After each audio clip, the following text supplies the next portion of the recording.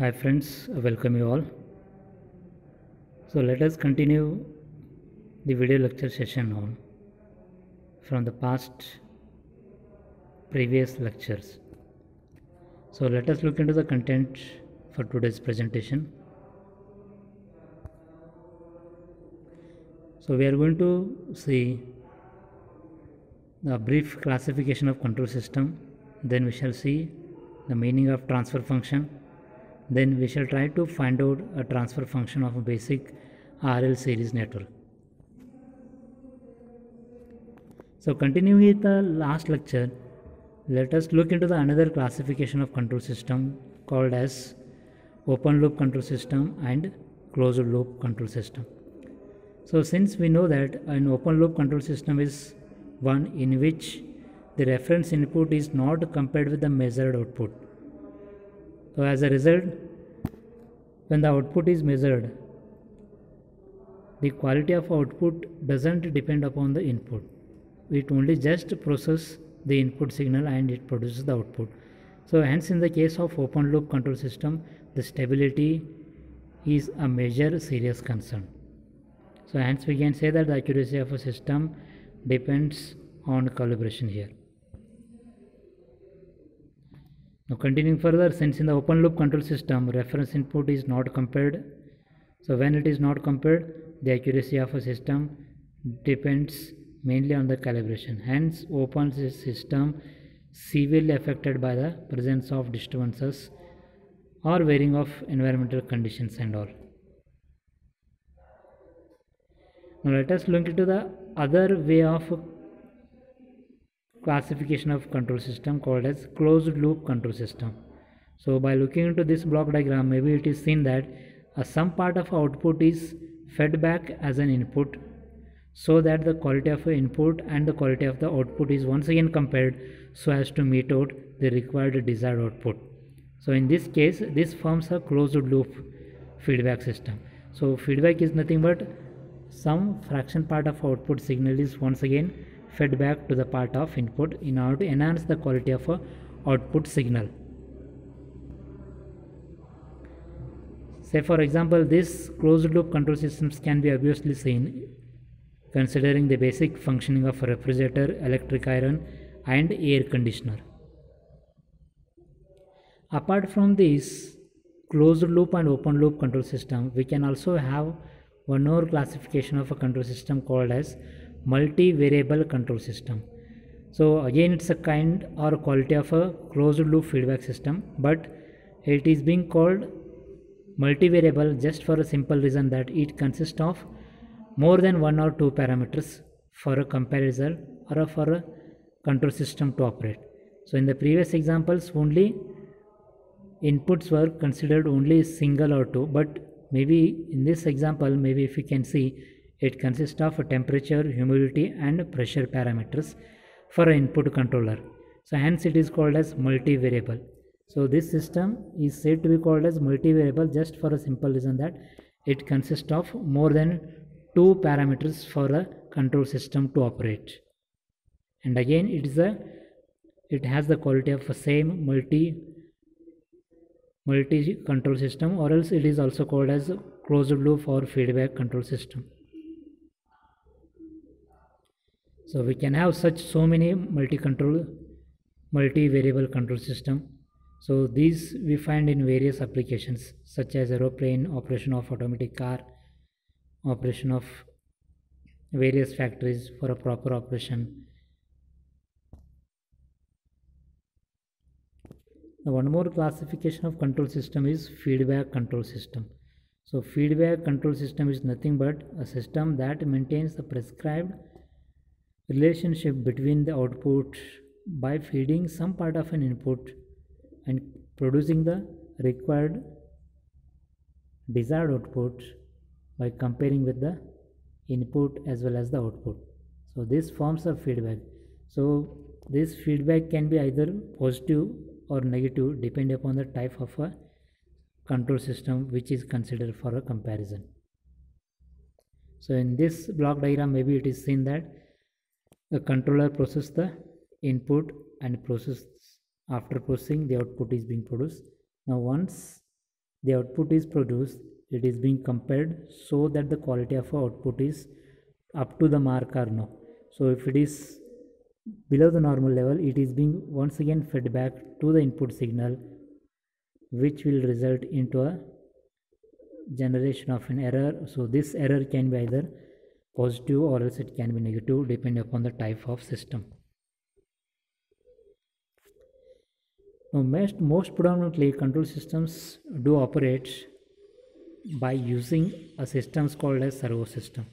So servo systems can be briefly defined as these are a type of feedback control system in which the produced output will be some mechanical, or we can say the produced output can be felt in the form of just mechanical position or velocity acceleration. So depending upon the type of mechanical vibrations or mechanical velocities, these systems can be called as servo systems. So those two examples are shown here. One is what we call it as antenna positioning system or modular servo system. So continuing further, we can also classify the control system depending upon the type of input variables such as linear and non-linear control system. So if a control system produces the output which varies continuously with respect to input signal such as called as linear. So if the output is not continuously or not linearly varying with the input, then that is called as non-linear. So in the first diagram that indicates the non-linear, and the second diagram that indicates the variation of a linear system. So this can also be again similar type of example, but it can also be called as linear. So by looking into this waveform, maybe it is seen that when the time duration is varying continuously, the output is also varied continuously. Now there is one more classification of control system called as time invariant and time variant. So time variant and time invariant are represented by the shown equation, where y of t is called as function of time will be equal to minus 2u of t plus 1, whereas time varying parameter for a control system is y of t will be equal to 2u of t minus 3 of t. So by looking into this time variant and time invariant, it can be seen that with respect to time invariant system, the output of a system doesn't depend upon the time itself, whereas with respect to time varying quantity, it can be seen that is one which obviously depend upon the time function. It is called as time variant. Now continuing further, control systems can also be type of continuous data control system and discrete control data system. So with respect to continuous data control system, all the system variables are function of continuous time. So that output of a given control system will affected by the time variation parameter. Whereas with respect to discrete control system, that is not a serious concern. So with respect to discrete control system, we can calculate the present situation of a control system, and that is called as a discrete data control system.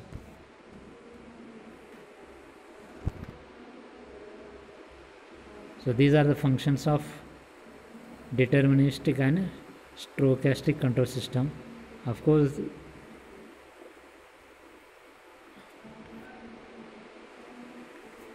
so now listing out the entire classification of a control system, this is as shown here.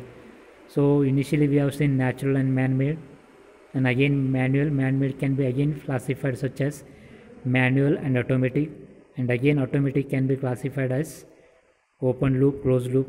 Again open loop further can be classified linear, non-linear, and closed loop can be further classified non-linear and linear, and again non-linear can be further classified time variant, time invariant, and linear classification can be further done time variant and time invariant. as shown in this chart. So this entire control systems falls into a category called as linear time invariant control systems. So in the next session we will discuss an important component of the control system called as transfer function of a system. So what do you mean by transfer function system basically? So as the definition goes, it connects a mathematical relation between the input and output of a given control system. So if you consider a control system which has got an input signal and which has got an output signal. Input signal is again a time domain function and output signal is again a time domain function, where input is called as u of t whereas output is called as y of t.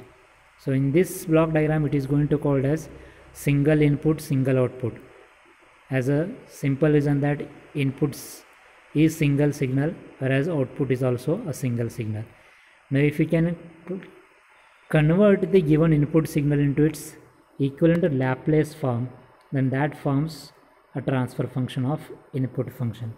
Similarly, if you convert the Laplace transform of output signal y of t, then that forms or that results in transfer function of output signal. So transfer function is nothing but it relates the output and input signal, but ultimately with respect to Laplace transform of input signal as well as the output signal.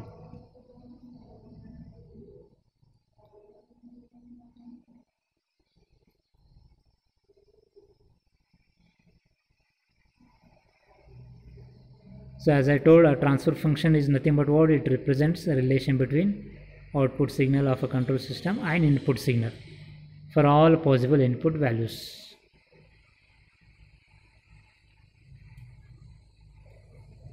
Now if we can generally represent a transfer function, it is represented as below. So if we can convert a transfer function, or if you want to find out a transfer function of a given control system, which is just given by the equation g of s is the notation for transfer function, where c of s is the output and r of s is the input of a control signal. So when we convert the transfer function, time domain function transforms into Laplace notation called as S parameter, wherein we can write input multiplied by the transfer function gives again the output, that is R of s into G of s is equal to C of s equation. So this can be analyzed by considering the given block diagram.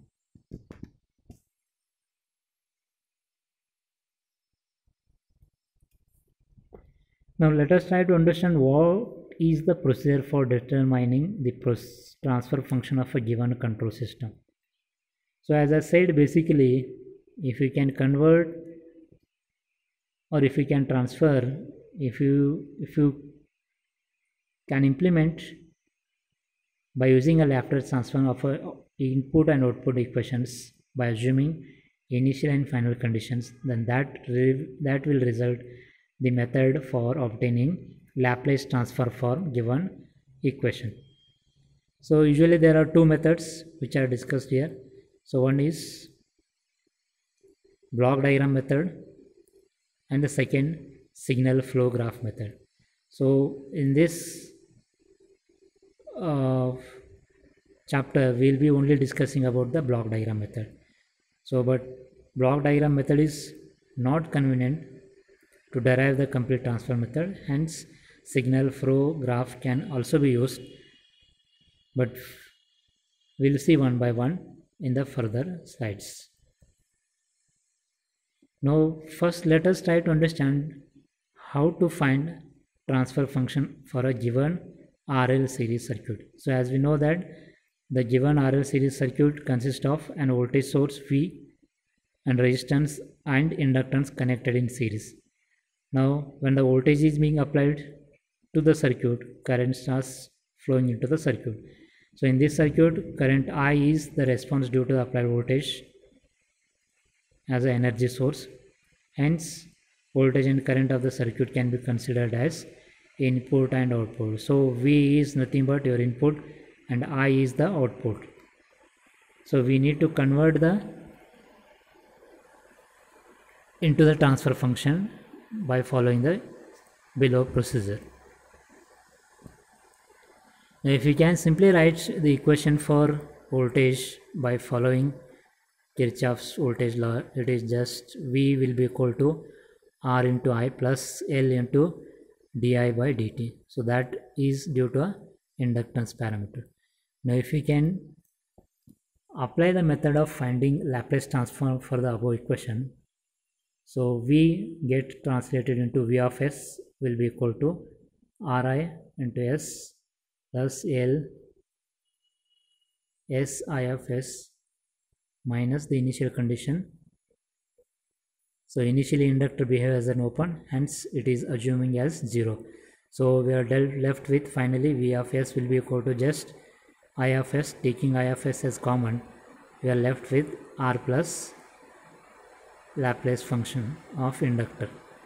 So if we can take the ratio of output to the input, that is output equation is current whereas input is voltage. If we can take out the common numerator and denominator by taking L, so finally we are left with I of S divided by V of S will be equal to 1 upon L divided by S plus R upon L. So finally if we can apply the transform, Laplace transform, then it is represented as G of S will be equal to I of S divided by V of S is the ratio of output to the input.